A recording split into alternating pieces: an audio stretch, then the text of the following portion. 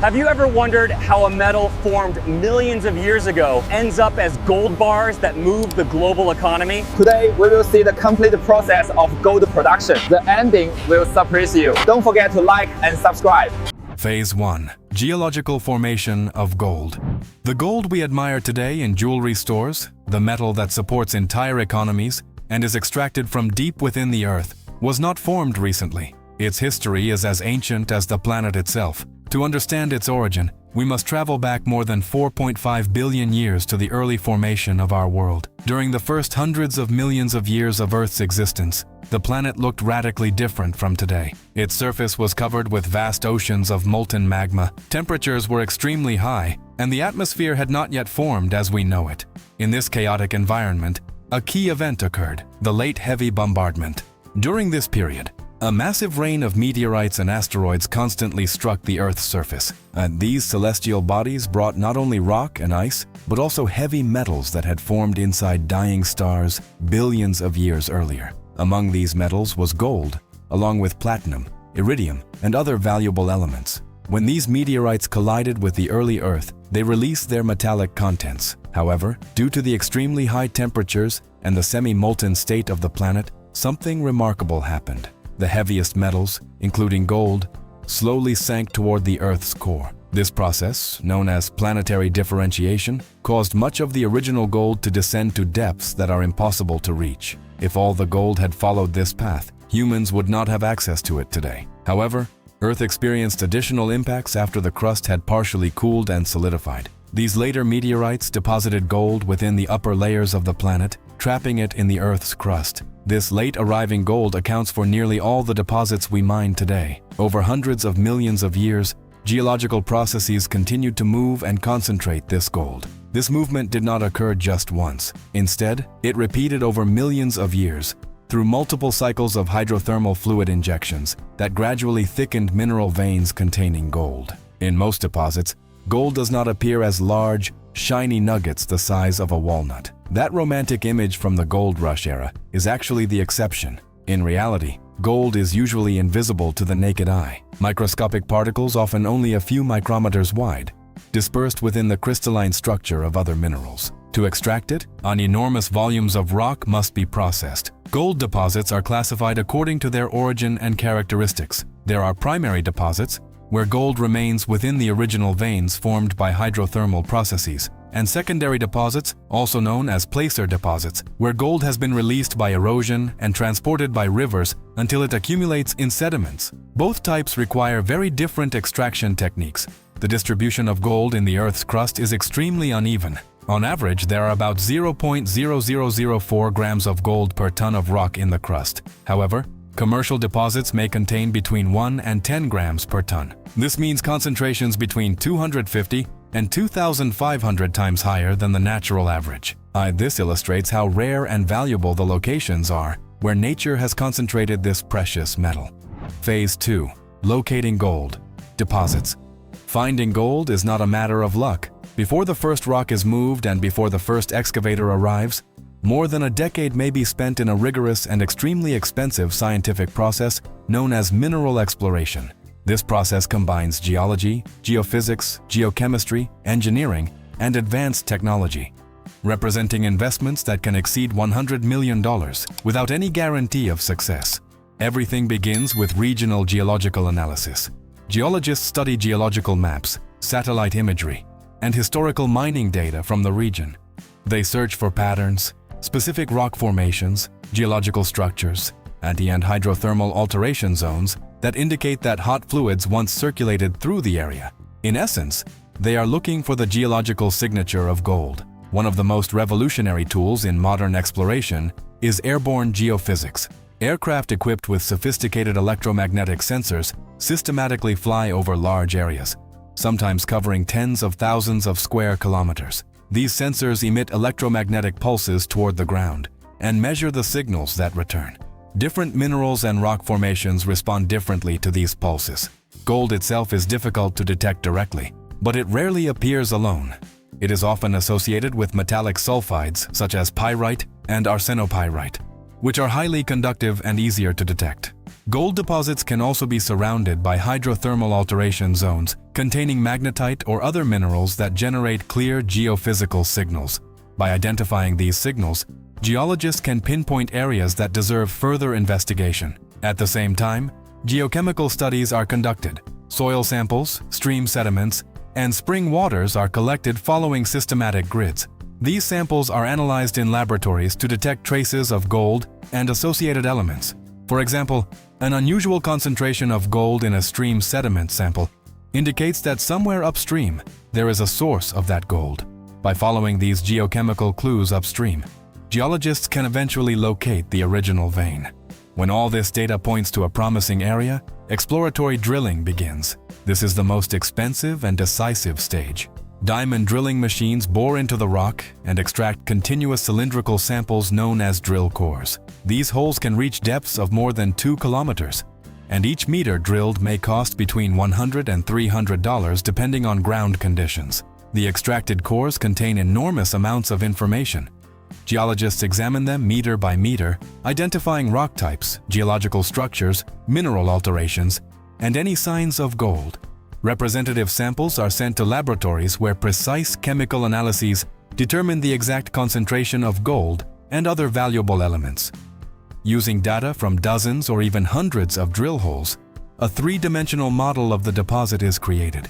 Specialized software interpolates data between drill holes to estimate the size, shape, on an average grade of the deposit. This model allows engineers to calculate resources, how much gold exists, how deep it is, and what concentration it has. However, having resources does not automatically mean having a mine. It must still be demonstrated that these resources can be extracted profitably. Phase 3. Extraction of the ore.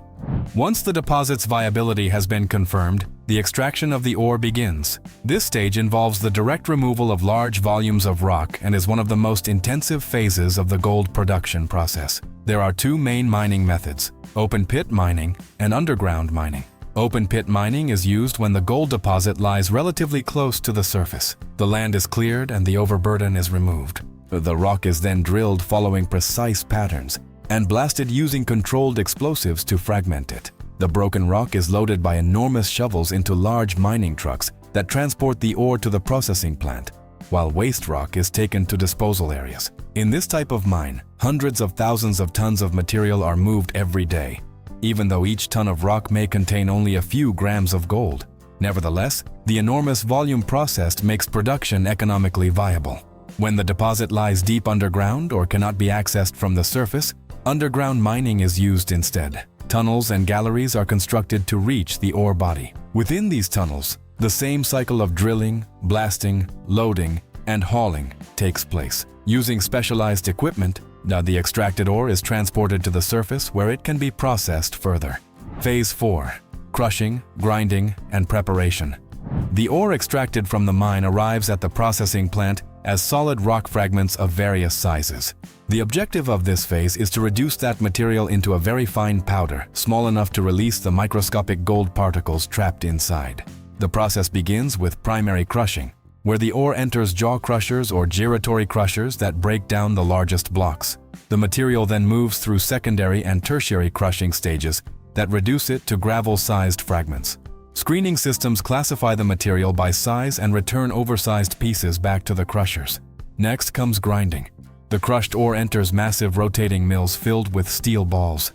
As the mill rotates, these balls impact and grind the ore while water is added, creating a slurry. Grinding continues until an extremely fine powder is produced, exposing the microscopic gold particles on the surface of the material. The resulting slurry is adjusted for the proper solids concentration and temporarily stored. For deposits containing sulfide minerals, a pre-treatment step is often necessary to break the sulfide shell that traps the gold. This may involve pressure oxidation in autoclaves using high temperature, pressure, and oxygen, or biooxidation using specialized bacteria. After this step, the gold becomes accessible for chemical recovery. Phase 5. Chemical separation of gold. Through leaching. Once the ore has been finely ground and the gold is exposed, chemical separation begins. The objective of this phase is to selectively dissolve the gold, while the rest of the material remains solid, so that it can be separated. The most widely used method is cyanide leaching, applied in very low concentrations under strict control conditions. The mineral slurry enters large agitated tanks where sodium cyanide and lime are added to maintain a stable alkaline environment. Air or oxygen is injected during agitation to enhance the reaction. Under these conditions, cyanide forms a soluble complex with gold, allowing the metal to dissolve into the liquid solution. This process can take between 24 and 48 hours and allows the recovery of most of the gold contained in the ore.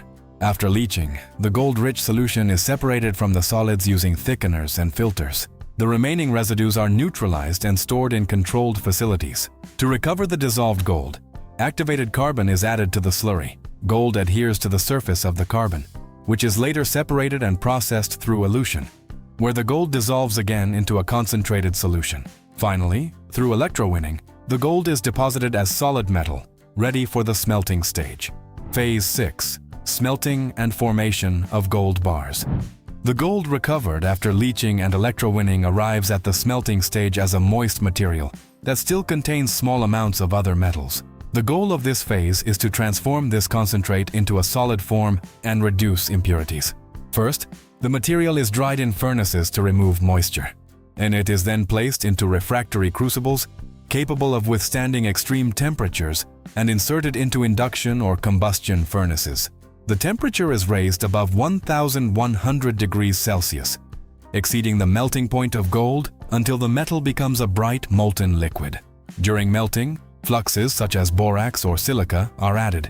These react with impurities and form a floating slag. This slag is removed, leaving behind a gold alloy known as doré gold, with a purity of roughly 85% to 95%. The molten metal is carefully poured into rectangular molds to form standardized bars, typically weighing about 25 kilograms, although other formats also exist. The gold cools, solidifies, and slightly contracts within the mold. Once cooled, the bar is removed, precisely weighed, recorded, and prepared for shipment to refineries, where its final purity will be achieved. Phase 7. Refining and preparation for storage. Doré gold bars with a purity of approximately 85% to 95% must be refined to meet international market standards, which require purities of at least 99.5% and often 99.99%. This refining takes place in specialized facilities using different techniques. One of the most common is electrolytic refining. The gold is melted and cast into anodes that are immersed in a chemical solution. When an electric current is applied, the gold dissolves and redeposits onto cathodes as extremely pure crystals, while impurities separate and are recovered through other processes.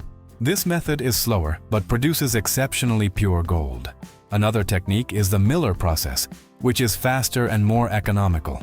In this method, chlorine gas is passed through molten gold, causing impurities to react and separate as slag.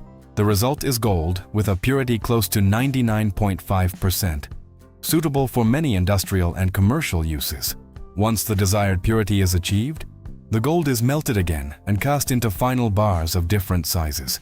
Each bar is stamped with its exact weight, purity level, refinery identification, and a unique serial number. After final verification, the bars are stored in high-security vaults, ready for financial, industrial, or commercial use. Now I have a question for you. Do you own any gold products, or what kind of gold item would you like to buy? Subscribe and leave a like.